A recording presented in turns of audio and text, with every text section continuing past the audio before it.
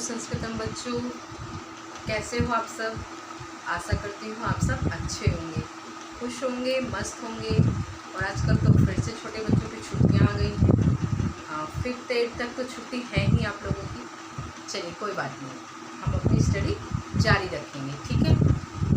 अच्छा, संस्कृत को पढ़ने के लिए हमें क्या ज़्यादा ज़रूरी है? व्याकरण। किसी भी लैंग्वेज को पढ़ने के लिए हमें उसकी व्याकरण पढ़ना मस्ट है बेटा, ठीक है। तो हम धीरे धीरे कुछ चीज़ें ग्रामर की स्टार्ट करेंगे। अभी 2 दिन से मेरी थोड़ी सी तबीयत वीक चल रही थी बेटा, इसलिए आपकी वीडियो नहीं आ पाई, लेकिन अब मैं बिल्कुल ठीक हूँ। आज से आपकी डेली वीडियो रेगुलर कंटिन्यू चलती रहेगी, ठीक है बेटा। बस अब तबीयत थोड़ी सी ठीक है, मुझे अच्छा लग रहा है, इसलिए मैं आज आ गई आपकी वीडियो लेकर, ठीक है बेटा। और आज हम जब मैं आपको बुक पढ़ाती हूँ बेटा, तो उसमें सर्वनाम रूप आते हैं, धातु रूप आते हैं, शब्द रूप आते हैं। वो सब का थोड़ा थोड़ा सा अध्ययन हम यहाँ बोर्ड पर करेंगे, सीखेंगे। मैं ये नहीं कहती कि आप 6th क्लास के हैं, 7th क्लास के हैं, 8th क्लास के हैं, एकदम परफेक्टली सब कुछ आपको याद हो जाए, लेकिन आपको जानना ज़रूरी है। थोड़ा थोड़ा सा जानते रहेंगे, आगे आपको भाषा को पढ़ने में इजी हो जाएगा। मेरे साथ आप थोड़ा सा अध्ययन करते चलिए, धीरे धीरे हम अपनी स्ट्रेंथ बढ़ाते जाएंगे, ठीक है। चलिए, तो आज मैं लेकर आई हूँ बेटा सर्वनाम के रूप। सर्वनाम मैंने आपको बताया था क्या होता है। हिंदी में तो बेटा डेफिनेशन लिखाई जाती है आपको सर्वनाम की, वैसे डेफिनेशन ना लिख करके आपको एग्जाम्पल से समझना चाहिए। हिंदी में जैसे होती है ये, जैसे मैं एक नाम ले लेती हूँ, प्रिया, ठीक है। ये क्या है? ये एक नाम है, ठीक है। इसे हम संस्कृत में भी संज्ञा कहेंगे और बेटा हिंदी में भी हम इसको संज्ञा कहेंगे, क्योंकि ये प्रिया क्या है? प्रिया एक, पता चल रहा है कि एक लड़की का नाम है, बालिका का नाम है, तो लिंग भी पता चल रहा है, स्त्रीलिंग है। अब हमें लड़की का नाम हमने प्रिया लिया, तो क्या संज्ञान में क्या आया? संज्ञान में आया बेटा कि ये जो लड़की है, ये जो प्रिया है, ये किसी लड़की का नाम है। मोस्टली लड़कियों का ही नाम प्रिया होता है, लड़के का नहीं होता है। तो प्रिया आया। अब मैंने लिखा यहाँ पर राम। राम, तो आपके माइंड में आपके यहाँ संज्ञान पहचान जो आपको हुई होगी वो हुई, ये आया होगा पहला थॉट आपके माइंड में कि राम किसी व्यक्ति का नाम है, किसी पुरुष का नाम है, किसी लड़के का नाम है। तो ये क्या है? वैसे तो ये भी संज्ञा है और ये भी संज्ञा है, तो स्त्री भी संज्ञा है और हमारा पुरुष भी संज्ञा है। तो ये संज्ञाएं हैं। अब हम इनको संस्कृत में कैसे यूज़ करेंगे? इनके हम रूप चलाएंगे संस्कृत में, जो हम रूप याद करते हैं। अब हम, ये तो हमारी संज्ञा की बात हो गई। अब हमें सर्वनाम के रूप क्यों याद करने पड़ते हैं भाई संस्कृत में? सर्वनाम के रूप हम क्यों याद करेंगे और उसका कहाँ यूज़ होगा, ठीक है। अब प्रिया और राम के स्थान पर अगर मैं अयम, राम के स्थान पर अयम यूज़ कर दूँ, ठीक है, प्रिया के स्थान पर इयम यूज़ कर दूँ, तो ये हमारे क्या हुए बताइए? ये हमारे सर्वनाम हुए। ये सर्वनाम है, ठीक है, ये संज्ञा है और ये हमारे सर्वनाम है। तो जब हिंदी में भी सर्वनाम होते हैं और संस्कृत में भी सर्वनाम होते हैं, संस्कृत में हमारे सर्वनाम के रूप चलते हैं बेटा, ठीक है। ये स्त्रीलिंग है,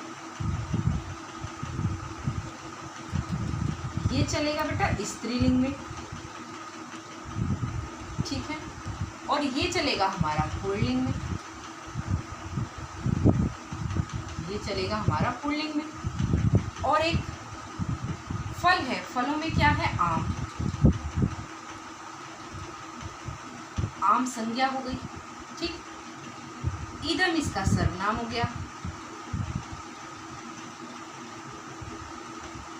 इदम क्या हुआ? सर्वनाम। तो ये नपुंसकलिंग हो गई, नपुंसकलिंग।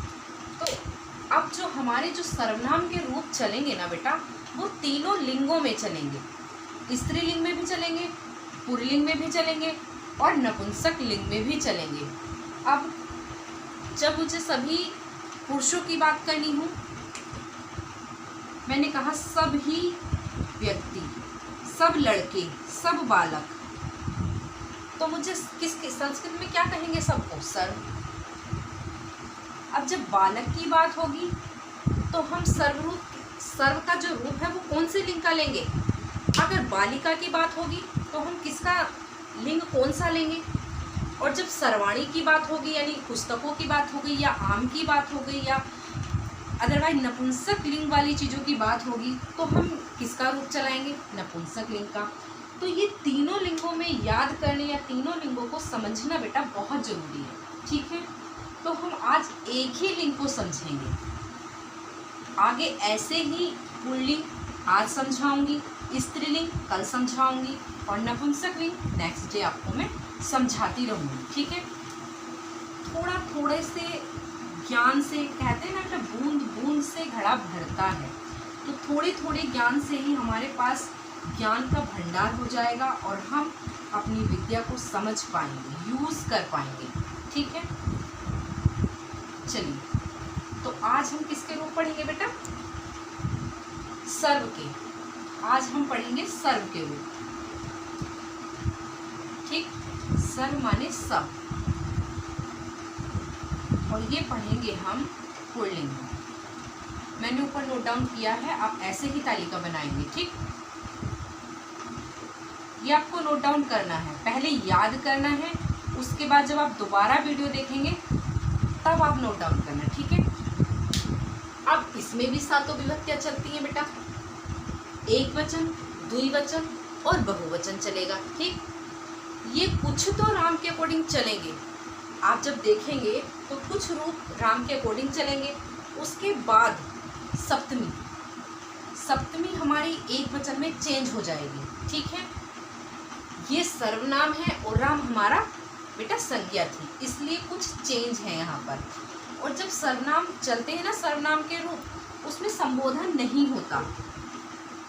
उसमें जो संबोधन है बेटा, वो वाली विभक्ति अष्टमी हमारी विभक्ति नहीं होती। यहाँ हमारा संबोधन नहीं होगा, केवल 7 विभक्ति होंगी, प्रथमा, द्वितीया, तृतीया, चतुर्थी, पंचमी, षष्ठी और सप्तमी। तो चलिए आइए, अब हम देखते हैं हमारा प्रथमा में क्या रूप बनता है।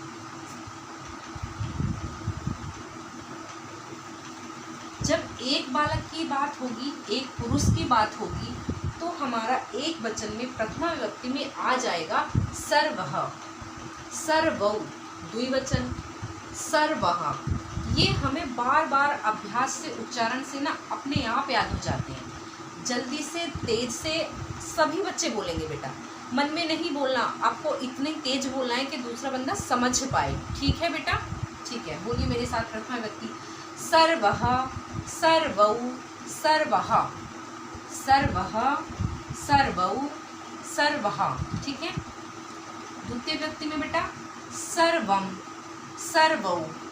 इसका द्विवचन देखिए, बहुत इजी पड़ेगा, बहुत इजी, आप आराम से समझ पाएंगे। सेम हो गया, द्विवचन तो सर्वौ, द्वितीय में भी सर्वौ, और इसमें रामम था, हमने राम के रूप याद किए थे, सर्वम हो गया। देखिए कितना इजी पड़ा। फिर बहुवचन है सर्वान, राम के रूप याद करे थे। जिन बच्चों को राम के रूप याद हैं उनको पता होगा कि द्वितीय का बहुवचन सर्वान था। ठीक है बेटा, द्वितीय आ जाएगी हमारी, एक बार फिर से बोलेंगे, सर्वम, सर्वौ, सर्वान। तृतीय विभक्ति में आ जाएंगे सर्वेण, जैसे था रामेण, सर्वेण, सर्वाभ्याम, सर्वहि। ठीक, चतुर्थी में आ जाएंगे बेटा सर्वस्मयी, सर्वाभ्याम, सर्वेभ्य। दोबारा रिपीट करेंगे, ठीक है, सर्वस्मयी, सर्वाभ्याम, सर्वेभ्य। ये यहाँ राम के कोडिंग नहीं चलेगा। ठीक है, पंचमी है हमारी सर्वस्मात्, सर्वाभ्याम, सर्वेभ्य। षष्ठी है सर्वस्य, सर्वयोः, सर्वाणाम। षष्ठी का बहुवचन हमारा रामाणाम था, वैसे ही सर्वाणाम बना। ये दो हमारे सेम हो गए, सर्वेभ्य सर्वेभ्य, ठीक है। षष्ठी सर्वस्य सर्वयोः सर्वाणाम। सप्तमी सर्वस्मिन्। ये रूप बहुत ज़्यादा पूछा जाता है, और ये जो मेरी क्लास है ना बेटा, ये केवल छोटे बच्चों के लिए नहीं है, ये एंट्रेंस एग्ज़ाम देने वाले सभी छात्राओं के लिए उतनी ही उपयोगी है। और ये सर्वनाम के जो रूप है ना बेटा, सब में पूछे जाते हैं। कभी कभी सप्तमी का एक वचन पूछता है, कभी द्वितीया का बहुवचन पूछता है। ये रूप ना बहुत ज़्यादा मोस्ट इम्पोर्टेंट होते हैं, इनको एग्जामिनर ज़रूर ही देता है। अगर यहाँ से रूप उठाएगा तो यही दोनों उठाएगा, ठीक है। ये ही दोनों, और एक चतुर्थी विभक्ति सर्वस्मयी, और ये रूप आते हैं। इसीलिए बेटा मैं छोटे बच्चों के लिए 8th और 6th 7th 8th के बच्चों को इसलिए पढ़ाना चाहती हूँ ताकि आप छोटी उम्र से ही ये सब चीज़ें जाने रहें। आगे आप जब एंट्रेंस दें, किसी का सपना होता है बेटा शिक्षक बनना, किसी का पुलिस में जाना, IAS बनना, डॉक्टर बनना। चलो मानती हूँ डॉक्टर लाइन में ये चीज़ें काम नहीं आती, लेकिन शिक्षक बनने में ये चीज़ें बहुत काम आती हैं। अब 40 नंबर में हमारी लैंग्वेज आती है। प्राइमरी के बच्चे को पढ़ाने के लिए ना बेटा एक टीचर को English, Hindi, Sanskrit, GK, reasoning, math, science, मतलब 14 कंप्लीट सिलेबस, 14 सब्जेक्टों का कंप्लीट सिलेबस पढ़ना होता है, तब वो प्राइमरी के बच्चे को पढ़ाने लायक टीचर बनता है, योग्य होता है। जब आप लोगों का जितने भी लोगों का टीचर बनने का या शिक्षक भर्ती में बैठने का सपना है ना बच्चों, तो अभी से ही अपने आप को तैयार रखिए। छोटी से छोटी चीज़ को ना गंभीरता से पढ़िए। ये नहीं है कि क्या यार मैम ये ले आई, ये तो हम जानते हैं, नहीं, जानते रहिए, उसके बाद भी रिवीजन रखिए। रिवीजन नहीं करेंगे तो बेटा भूल जाते हैं। हमारी मनुष्य की तो प्रकृति होती ही ऐसी है कि वो हर चीज़ों को भूल जाता है, ठीक है। चलिए हम एक बार और रिवीजन करते हैं। अच्छा, सप्तमी हमारी रह रही थी बेटा, आ जाइए। सर्वस्मिन् सर्वयोः सर्वेषु, ठीक है। चलिए, प्रथमा में सर्वा सर्वौ सर्वः, द्वितीया में सर्वम सर्वौ सर्वान्, तृतीया में सर्वेण सर्वाभ्याम सर्वै, चतुर्थी में सर्वस्मै सर्वाभ्याम सर्वेभ्यः, पंचमी में सर्वस्मात् सर्वाभ्याम सर्वेभ्यः, षष्ठी में सर्वस्य सर्वयोः सर्वाणाम, सप्तमी में सर्वस्मिन् सर्वयोः सर्वेषु, ठीक है। चाहे आप ऐसे याद कर सकते हैं एक वचन में, ठीक। सर्वे सर्वम सर्वे, सर्वस्मै सर्वस्मात् सर्वस्य सर्वस्मिन्। एक वचन को कंटिन्यू याद करिए। सर्वः सर्वम सर्वेण सर्वस्मै सर्वस्मात् सर्वस्य सर्वस्मिन्। एक सांस में लगातार याद करिए, ठीक है। दोबारा बोलिए, कंटिन्यू बोलिए। सर्वः सर्वम सर्वेण सर्वस्मै सर्वस्मात् सर्वस्य सर्वस्मिन्। दुई वचन आपको अपने आप से इजी पड़ जाएगा।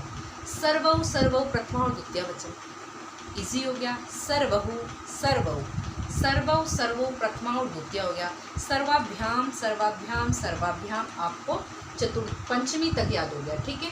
ये तीनों रूप आपके सेम हो गए। सर्वाभ्याम, षष्ठी और सप्तमी याद करना है। सर्वयो सर्वयोः, ठीक है। सर्वयोः सर्वयोः ये दोनों सेम हो गए। षष्ठी और सप्तमी सब सेम हो गए। संबोधन हमारे यहाँ होता ही नहीं है। सर्वनाम जब हम याद करेंगे तो इसमें तो संबोधन है ही नहीं।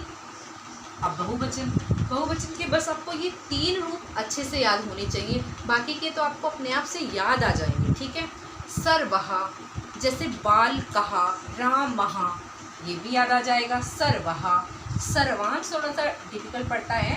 सर्वान, रामान, ठीक है। सर्वान, सर्वहि, सर्वेभ्य सर्वेभ्य, चतुर्थी और पंचमी सेम हो गई। षष्ठी सर्वाणाम और सप्तमी सर्वेषु। एक बार फिर से बोलेंगे। सर्वः सर्वान् सर्वे सर्वहि सर्वेभ्य सर्वेभ्य सर्वाणाम सर्वेषु, ठीक है। सर्वः सर्वान् सर्वहि सर्वेभ्य सर्वेभ्य सर्वाणाम सर्वेषु, ठीक है बेटा। इसको एक दो बार रिवीजन करते रहिए। जिन लोगों को याद है उनको मैं नहीं कहती याद करिए, लेकिन हाँ, रिवीजन करने में क्या जा रहा है, रिवीजन तो आप लोग कर सकते हैं। ठीक है बच्चों, आज के लिए मैं आपको बस सर्व के पुल्लिंग रूप कराने आई थी।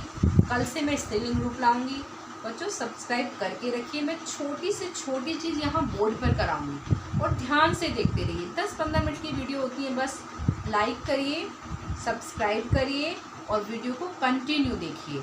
अब मुझे कोई दिक्कत नहीं है, मैं रेगुलर आपकी वीडियो आगे चलाऊंगी। ठीक है बेटा, जय तु संस्कृतम बच्चों।